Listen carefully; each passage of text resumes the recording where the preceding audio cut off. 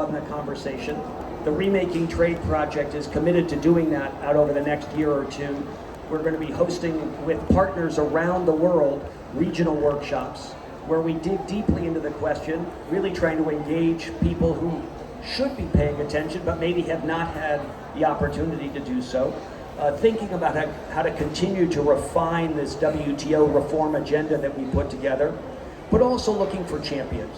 Who can drive this conversation? What countries, what companies, what organizations, what individuals can help figure out the political path forward and how we bring people together on a reform agenda.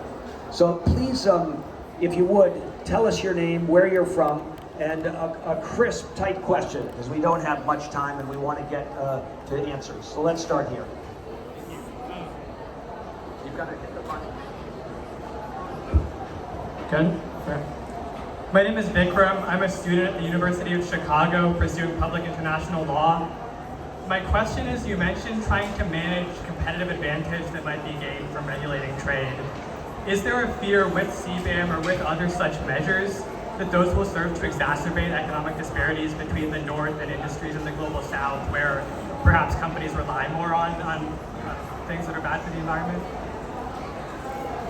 All right. We have a core question to this whole agenda, and Lina, I see you smiling. No, all right. Yasmin, you want to take that one? Thank you so much for your question. I think, we definitely can see that measures like CBAM or border carbon adjustment has it is designed to have an impact on the cross-border and on your trade partner. That's how it works.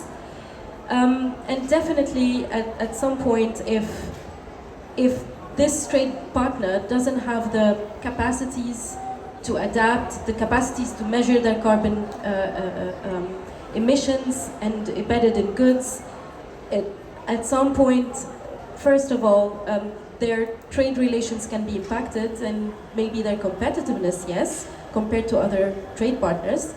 And this is why we're saying that the more implementation of CBAM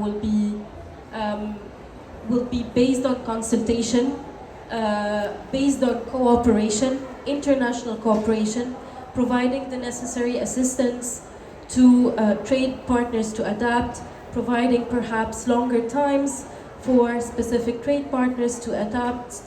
These are all tools in our trade system that actually exist.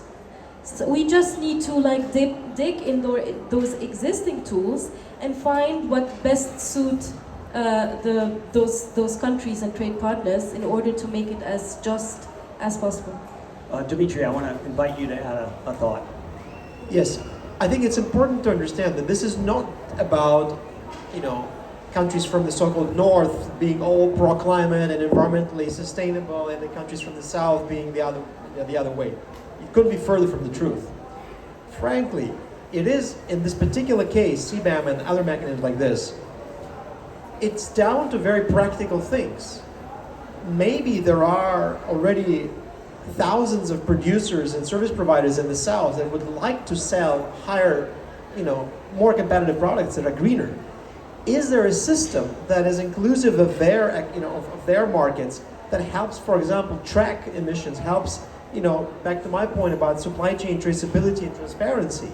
We need that. It's like a supportive infrastructure that needs to be in place for this to really work at scale. And that's why we need to focus on this now and invest in it. One example of what we do is the so-called sustainability pledge on the textile industry, where we've got